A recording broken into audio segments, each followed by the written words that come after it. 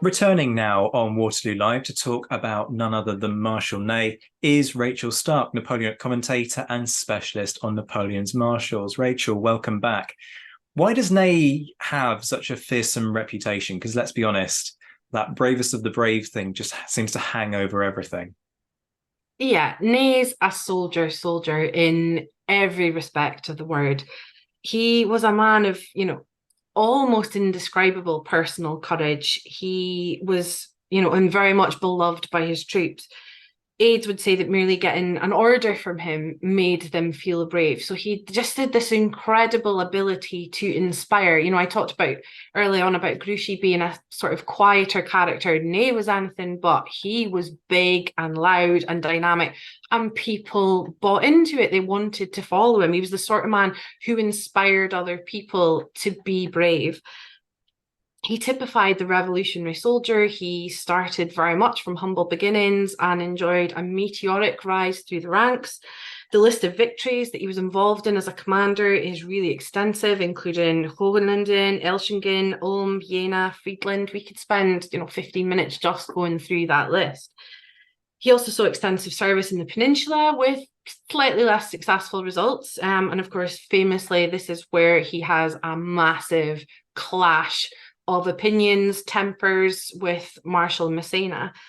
But it's during the infamous retreat from Russia that Ney's bravery and personality and character sort of achieves almost legendary status. He goes from beyond, a very brave man to achieving sort of heroic level. He commanded the rear guard, of course, and he fought. I don't think it's an exaggeration to use the word heroically every step of the way out of Russia. And, according to legend, he's the last Frenchman on Russian soil. And of course, that's where Napoleon uses the expression, the French army is full of brave men, but Marshal Ney is truly the bravest of the brave. And he inspires his demoralized troops to keep going, to get out of Russia to safety. And he's just he is just a fascinating, even dynamic, colorful individual who continues to excite a huge amount of interest, probably especially because of his tragic end as well. I've seen so many people use the expression that he sort of belongs in the Iliad. He's like something out of Homer or an ancient Greek legend. So he continues to inspire so much interest today. He really does. Is it fair to say, though, that Ney acts in quite an un-Ney-like fashion at Quatre? What was the case there? Yes and no, which I know is not a particularly useful response. But Napoleon definitely thought that. And he afterwards said if Marshal Ney had executed his orders and had advanced with his 43,000 men at daybreak on the 16th, he would have taken that position. And I think it's probably true to say he did show an uncharacteristic hesitancy at Quatre. Lack of enthusiasm is not usually a charge that was laid at Ney's door. If anything, he was usually repeatedly reprimanded for tending in the other direction. Had he acted sooner, there is a possibility that there might have been a change of outcome. But I do think it's fair to say in Ney's defence, he was basically parachuted into the campaign at the last possible minute. He was summoned a few days prior and actually only received his command on the 15th. So it's very, very lastminute.com. And the written orders he got from Napoleon regarding Quatre had no real sense of immediate urgency about them. And in no way was it made clear that we must have this position and we must have it now. So at daybreak on the 16th, when Napoleon later said he wanted Ney to have moved, Ney was still amassing his men. He had only half of his men at his immediate disposal. He was meeting officers with whom he was not at all familiar. He had a chronic shortage of ADCs. And so he was using officers for staff work who were completely unexperienced in the area. And that slowed things down even more. So I think you could justifiably say he could have shown a bit more initiative and he could have acted quicker. But equally, it was really not ideal circumstances in which to begin a campaign.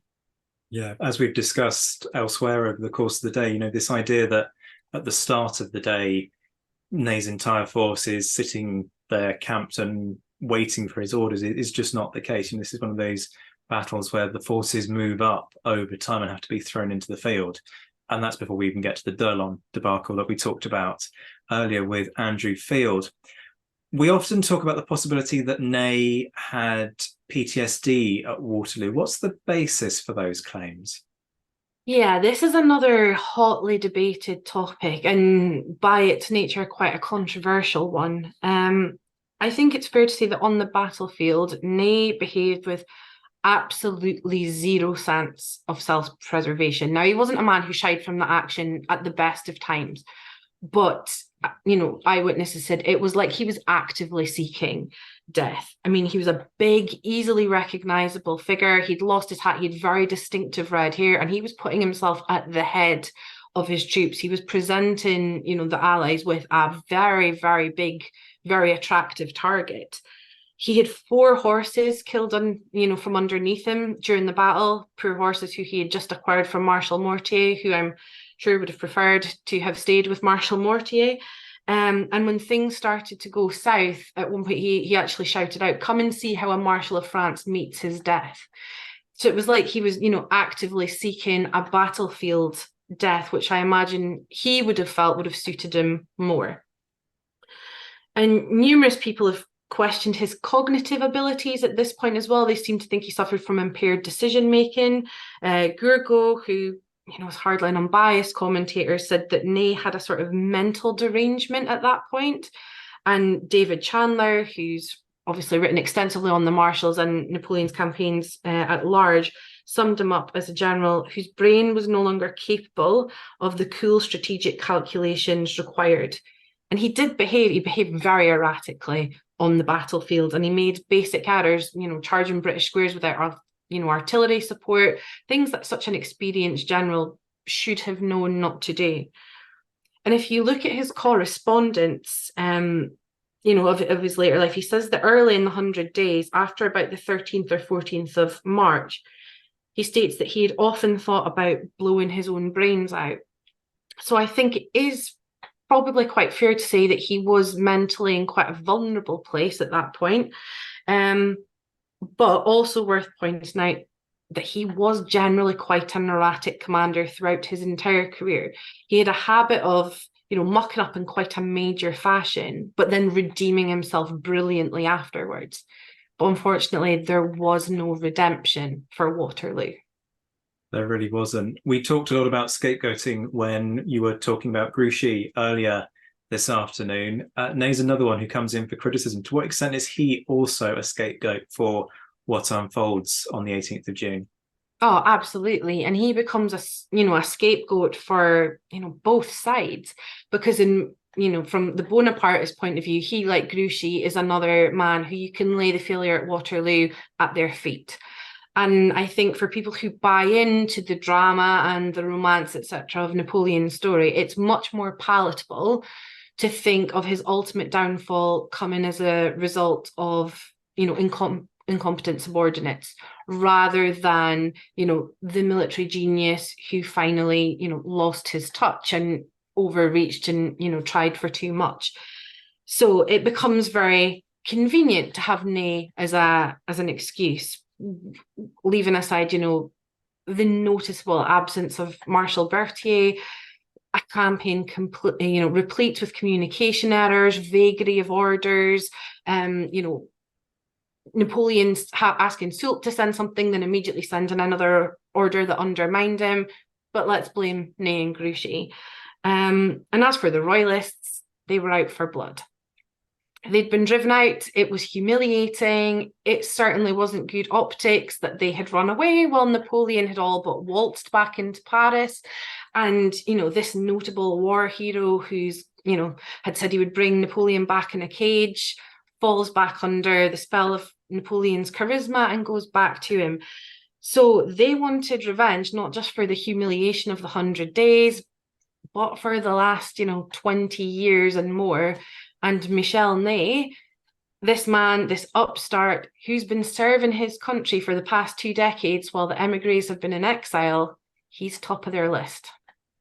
Let's stay with that, because Ney pays the ultimate price post-war when a number of marshals had defected to Napoleon in 1815. Why is it Ney particularly who ends up being the one who pays with his life?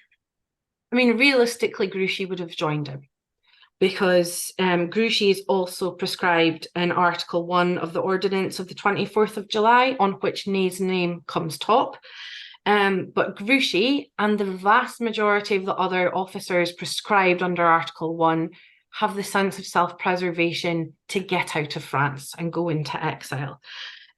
Soult, interestingly, is included in Article 2 and is thus deemed not quite so treasonous and is able to also go into exile.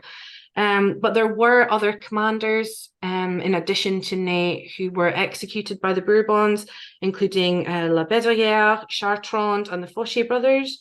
And it is worth also pointing out, this is completely at odds with the amnesty that was negotiated between Marshal Davout and the Allies, that had said that nobody would have been persecuted for their actions during the 100 days. So I don't think it reflects particularly well on the Allies that nobody raised a voice in protest at that.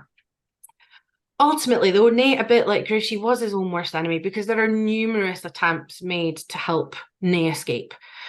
He's offered a passport, he's offered money, he's offered papers by more than one friend and acquaintance, including Marshal Suchet, and he chooses not to run away. Davout advises him to go for a military court-martial, a military trial, and he refuses because he claims that the other marshals on the, who would be judging him would just as soon have seen him shot. So he insists on a trial, by peer, which was suicidal, honestly. And during the trial, his lawyer advises him that actually, based on the technicality of his birth, his place of birth's technically now Prussian, he could claim German nationality and thus say the French court was incompetent to try him. And Ney's response to that was, I am French, I will remain French. So he is not interested in running away or trying to kind of save his own neck. He would entertain none of it. He saw his honour as being far too important for that, and it was with honour he stared down a firing squad on the 7th of December 1815. He certainly did, didn't he? Let's just tackle one myth that has probably come up in the comments already. Ney escapes to America. He really doesn't, does he? No, of course he doesn't. There are eyewitnesses of his execution, but here are my argument for the non-escape. He's just been offered about a dozen other attempts to escape and turned down all of them. Somehow I don't see he's going to go out at the last possible minute. His wife was still pleading for clemency on the morning of his execution. He was very much attached to his wife. There is absolutely no way I accept that he has run away and not told her that he was doing so or brought her with him. She remarries, not soon, but not scandalously soon, but not that long after his death. If she knew he'd escaped, she'd have been a bigamist. One of his sons attempted to challenge Wellington to a duel. If Wellington had allegedly helped him escape because he was a Freemason, that's a pretty unnecessary bit of street theatre. And lastly, the man in America is going by the name Peter Ney. If you're running into exile and trying to disguise yourself, why would you change your first name and not the second? Sorry, it's just not a theory I'm buying into at all. That's a pretty emphatic shoot down of that theory. Rachael Stark, Napoleonic commentator and specialist on Napoleon's Marshals. It's been great talking to you about Ney and Grouchy. Thank you for joining us here on Waterloo Live. Thanks for having me.